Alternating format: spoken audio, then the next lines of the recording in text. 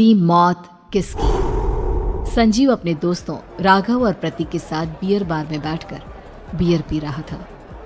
संजीव आज बहुत खुश लग रहा था। अरे यार, आज की पार्टी में तो मजा आ गया। तुम दोनों दोस्तों के साथ तो मेरी जिंदगी इतनी अच्छी है कि क्या बताऊं कितनी अच्छी है। अरे भाई, अब दोस्ती की है तो जीना मरना सब साथ में। हाँ अरे यार सुनो, जल्दी से एक बियर और ऑर्डर करते हैं ना, एक आखिरी, और उसके बाद ये जश्न यहीं खत्म हो जाएगा। अरे हाँ, क्यों नहीं। वेटर, जल्दी से 2 बियर की बोतल लेकर आओ। आज मेरे दोस्तों को जश्न मनाना है, क्यों?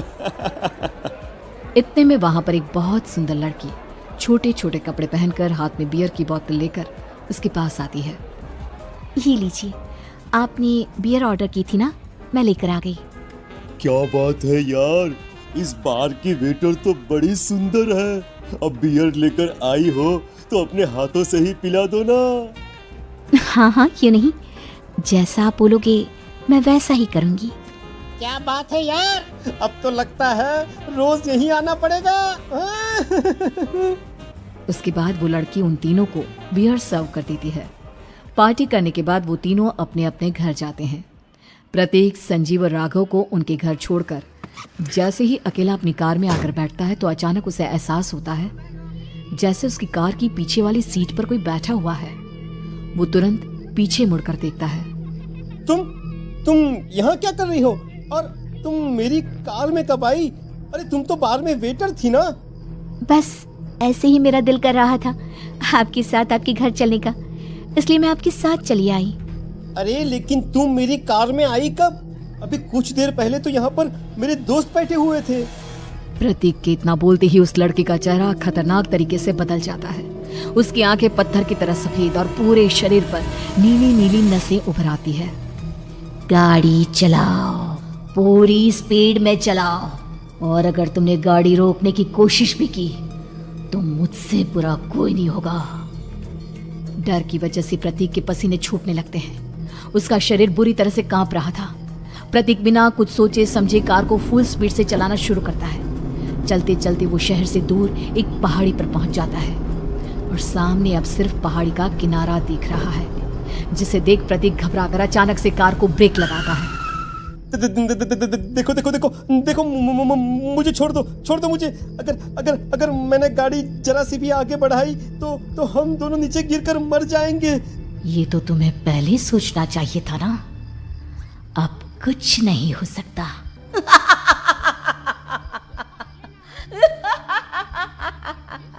छोड़ दो मुझे। नहीं प्लीज मुझे छोड़ दो। प्लीज मुझे जाने दो। छोड़ दो मुझे। गाड़ी आगे बढ़ाओ। और तभी अचानक से बिना प्रतीक के स्टार्ट किए उनकी कार आगे बढ़ती है और गहरी खाई में गिर जाती है। उसके चीखने की आवाजें चारों तरफ सुनाई देती है।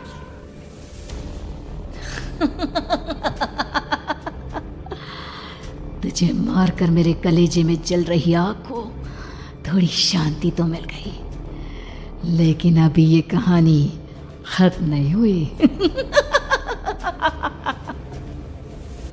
और फिर अगले दिन राघव और संजीव को पता चलता है कि प्रतीक की पहाड़ी से नीचे गिरकर मौत हो गई। अरे कल रात की तो बात है यार, हम सब बैठकर पार्टी कर रहे थे, लेकिन मेरी एक बात समझ में नहीं आ रही। राघव शहर से इतना बाहर उस पहाड़ी पर इतनी रात को क्या करने गया था? अरे यार, वही सोचकर तो मैं भी परेशान हूँ। हम दोनों को छोड़ने के बाद तो वो सीधा अपने घर जाने वाला था, और वो आत्महत्या क्यों करेगा भाई? कल रात तक वो कितना खुश था, हमारे साथ सेलिब्रेट कर रहा था। हाँ, लेकिन पुलिस ने तो यही कहा है कि प्रतीक ने अपनी कार को जानबूझकर पहाड़ी से नीचे गिरा दिया और आत्महत्या कर ली। अरे यार संजीव, मेरी तो कुछ भी समझ में नहीं आ रहा है। चल ठीक है, अब मैं अपने घर जाता हूँ। Okay bye. राघव अपने घर में अकेला था। दोपहर का वक्त था। तभी दरवाजे की घंटी बजी। कौन है? अरे 1 मिनट रुको, अभी आता हूँ। राघव ने जैसे ही दरवाजा खोला उसने देखा कि सामने एक बहुत खूबसूरत लड़की खड़ी हुई है। कौन है आप, और यहाँ किससे मिलने आई हैं? देखिए ना, बाहर बारिश शुरू हो गई थी, मेरी गाड़ी खराब हो गई है, आपका घर नजर आया तो सोचा कुछ हेल्प ले लेती हूँ। क्यों नहीं, आइए ना, आइए आइए। मेरे कपड़े पूरे भीग चुके हैं, क्या आपके पास टॉवल मिलेगा प्लीज? राघव अपने बाथरूम से एक टॉवल लाकर उस लड़की को देता है। थैंक यू सो मच, अब मैं चलती हूँ। अरे इतनी क्या जल्दी है, आप चाहे तो बारिश रुकने तक यहाँ पर रुक सकती हैं। हाँ। लड़की ने पलटकर राघव की तरफ देखा। नहीं, मुझे जाना होगा, मेरा काम बाकी है। और वो वहां से चली गई।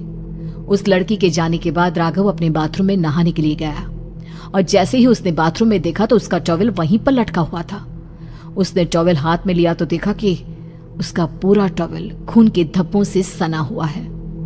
अरे अरे ये क्या, ये टॉवेल तो मैंने उस लड़की को दे दिया था, ये वापस मेरे बाथरूम में कैसे आ गया? और इस पर ये खून के धब्बे कहां से आ गए? राघव ने आईने में देखा तो उसकी गर्दन पर एक बड़ा सा चाकू का कट लगा हुआ था जिससे खून बह रहा था, जिसे देख राघव के होश उड़ गए। हाँ, अरे ये क्या, मेरी गर्दन इतनी ज्यादा कटी हुई है और मुझे दर्द भी नहीं हो रहा है। ये क्या हो रहा है मेरे साथ? राघव घबराकर बाथरूम से बाहर आया और अपना मोबाइल उठाकर उसने संजीव को फोन लगाया। संजीव जल्दी से मेरे पास आ जाओ, मुझे लगता है कुछ बहुत बड़ी गड़बड़ है, जल्दी आ जाओ। उधर से आवाज आई, लेकिन वो आवाज संजीव की नहीं बल्कि एक लड़की की थी। कुछ अजीब नहीं हुआ है, बस तुम्हारी मौत तुमसे मिलने आई थी और तुम्हें मारकर चली गई। अब तुम इस दुनिया का हिस्सा नहीं हो राघव, इसलिए तुम्हें अपनी गर्दन के कटने का दर्द भी महसूस नहीं हो रहा। नहीं, ऐसा नहीं हो सकता, ऐसा नहीं हो सकता। कौन हो तुम? तुम्हारी मौत। अब संजीव के पास खबर पहुंचती है कि राघव ने अपने ही घर में चाकू से गर्दन काटकर आत्महत्या कर ली। ये सुनने के बाद संजीव के होश उड़ गए। वो पसीने से तरबतर हो गया और एक अनजाना डर अब उसके दिल को सताने लगा। संजीव के साथ ही उसका एक छोटा भाई राजीव भी रहा करता था। अपने भाई को इस तरह परेशान देखकर राजीव उसके पास आया। अरे भैया, क्या हुआ भैया? आप इतने घबराए हुए क्यों लग रहे हैं? प्रतीक और राघव की मौत, मेरा मतलब मेरी कुछ समझ में नहीं आ रहा भाई। अचानक से मेरे दोनों दोस्तों ने आत्महत्या क्यों कर ली? अरे वो तो मेरी भी समझ में नहीं आ रहा है भैया। हाँ, हो सकता है कि कोई परेशानी होगी और इसीलिए उन्होंने ऐसा किया होगा। हाँ, लेकिन दोनों की जिंदगी में एक साथ परेशानी और दोनों का इतनी खतरनाक तरीके से आत्महत्या करना, कहीं ऐसा तो नहीं मैं भी मर जाऊंगा? अरे आप ऐसी बातें क्यों कर रहे हैं भैया? वैसे ही मैं इतना परेशान हूँ। जब से अंजलि ने मेरा साथ छोड़ा है तब से सब कुछ बहुत अजीब सा हो गया है। रोज रात को डरावने सपने आते हैं। ऐसा लगता है जैसे अंजलि बार बार मेरे सपनों में आकर मुझे डराने की कोशिश करती है। अंजलि का नाम सुनते ही संजीव की आंखें फट गई और उसके गले में आवाज अटक गई। उसके चेहरे पर घबराहट साफ नजर आ रही थी। कौन थी वो लड़की जिसने प्रतीक और राघव को आत्महत्या की आड़ में मौत के घाट उतार दिया? और कौन थी अंजलि जो बार बार राजीव के सपनों में आकर उसे डरा रही थी?